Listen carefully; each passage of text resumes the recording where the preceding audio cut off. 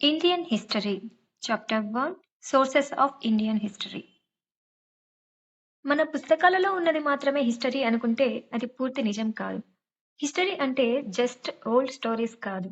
ఇది scientific study of the past. గతాన్ని ఊహించరు, దాన్ని డిస్కవర్ చేయాలి. చరిత్రలో చాలా ముఖ్యమైనవి సోర్సెస్ అంటే మూలాలు. భారతదేశ చరిత్రకు సంబంధించిన సోర్సెస్ మనం మొత్తంగా 2 రకాలుగా విభజిస్తాం. క్లాసిఫికేషన్ ఆఫ్ సోర్సెస్ మొత్తంగా 2 రకాలుగా విభజిస్తాం.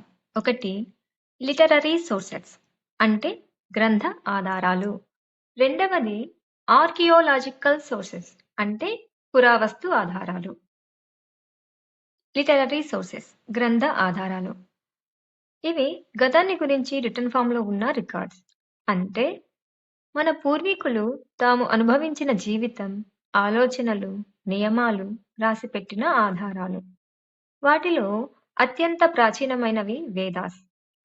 వేదాస్ భారతదేశ చరిత్రలో ఎర్లియస్ట్ లిటరరీ సోర్సెస్. ఋగ్వేదాలో ప్రకృతి శక్తులపై స్తోత్రాలు ఉన్నాయి. సామవేద ఇందులో సంగీతం, చాంటింగ్. యజుర్వేదాలో యజ్ఞాలు, కర్తవ్యాలు, రిచువల్స్. అధర్వణ వేదాలో సామాజిక జీవితం, వారి యొక్క బిలీఫ్స్, కస్టమ్స్ గురించి మనకు ఆ కాలం మనుషులు ఎలా జీవించారో చూపిస్తాయి. ఇప్పుడు ఎపిక్స్ అనగా ఇతిహాసాల గురించి నేర్చుకుందాం.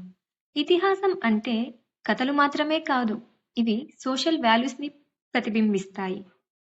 రామాయణ మనకు ధర్మ అంటే ఏమిటో నేర్పుతుంది.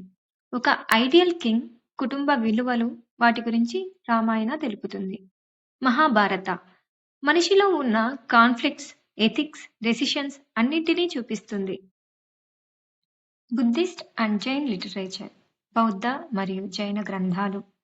ఈ గ్రంథాలు రాజుల కన్నా కామన్ పీపుల్ లైఫ్ మీద ఎక్కువ దృష్టి పెడతాయి. త్రిపీఠికాస్లో బుద్ధుని బోధనలు ఉన్నాయి. వినయ పీఠికాలో డిసిప్లైన్, సుత్త పీఠికాలో టీచింగ్స్, అభిధమ్మ పీఠికాలో ఫిలాసఫీ. జాతక టేల్స్ ద్వారా ఆ కాలపు సమాజ పరిస్థితులు తెలుస్తాయి. జైన్ టెక్స్ట్ నుండి ట్రేడ్, అర్బన్ లైఫ్, ఎకానమీ గురించి స్పష్టంగా చెబుతాయి. ఫారెన్ ట్రావెలర్స్ విదేశీ యాత్రికులు మన భారతదేశాన్ని మనమే ఒకలా చూస్తాం, కానీ బయటి వాళ్ళు చూసిన విధానం మనకు ఇంకో కోణం చూపిస్తుంది. మెగస్తనీస్ మౌర్యన్ అడ్మినిస్ట్రేషన్ గురించి, ఫాహియాన్ గుప్తా పీరియడ్ సొసైటీ గురించి, హుయాన్సాంగ్ హర్ష రూల్, నలంద యూనివర్సిటీ మొదలైన వాటి గురించి వారి రైటింగ్స్ అన్బయాస్డ్ సోర్సెస్ గా మనకు ఉపయోగపడుతున్నాయి. ఆర్కియోలాజికల్ సోర్సెస్ పురావస్తు ఆధారాలు. ఇవి మట్టిలో దాగి ఉన్న మెటీరియల్ రిమైన్స్. రాతి, మట్టి, లోహం మనకు మాట్లాడలేవు, కానీ అవి చెప్పే చరిత్ర ఎప్పటికీ మాయమవ్వదు. ఇన్స్క్రిప్షన్స్ అనగా శాసనాలు. ఇవి రాళ్లపై, స్తంభాలపై చెక్కిన అక్షరాలు. ఇవి పాలన, చట్టాలు, మత విధానాల గురించి చెబుతాయి. అశోకన్ ఇన్స్క్రిప్షన్స్ ధర్మ మరియు వెల్ఫేర్ మెజర్స్ గురించి తెలియజేస్తాయి. కాయిన్స్, నాణాలు. ఇవి చిన్నవే, కానీ చాలా పెద్ద కథ చెబుతాయి. Economy, trade relations, political authority అన్నీ నాణేల ద్వారా తెలుస్తాయి. మాన్యుమెంట్స్ అనగా స్మారకాలు, రాయిలో నిలచిన సంస్కృతి. టెంపుల్స్ హిందూ ఆర్కిటెక్చర్ గురించి, స్తూపాస్ బుద్ధిజం గురించి, కేవ్స్ అసిటిక్ లైఫ్ గురించి తెలుపుతాయి.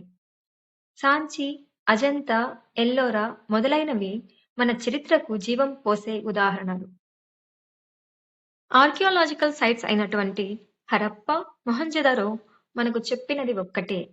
వేల సంవత్సరాల క్రితమే town planning, drainage system, standardized bricks ఉన్న నాగరికత. Importance of sources. చివరగా లిటరరీ సోర్సెస్ అంటే అవి ఆలోచనలు చూపిస్తాయి. ఆర్కియోలాజికల్ సోర్సెస్ అంటే అవి జీవితం చూపిస్తాయి. ఇన్స్క్రిప్షన్ పాలన చెబుతాయి. కాయిన్స్ ఆర్థిక శక్తిని చెబుతాయి. మాన్యుమెంట్స్ సంస్కృతిని నిలబెట్టాయి. ఈ అన్నీ కలిస్తేనే ఇండియన్ హిస్టరీ కంప్లీట్ అవుతుంది. ఆధారాలు లేకపోతే చరిత్ర అసంపూర్ణం. Thanks for watching. Please like, share and subscribe.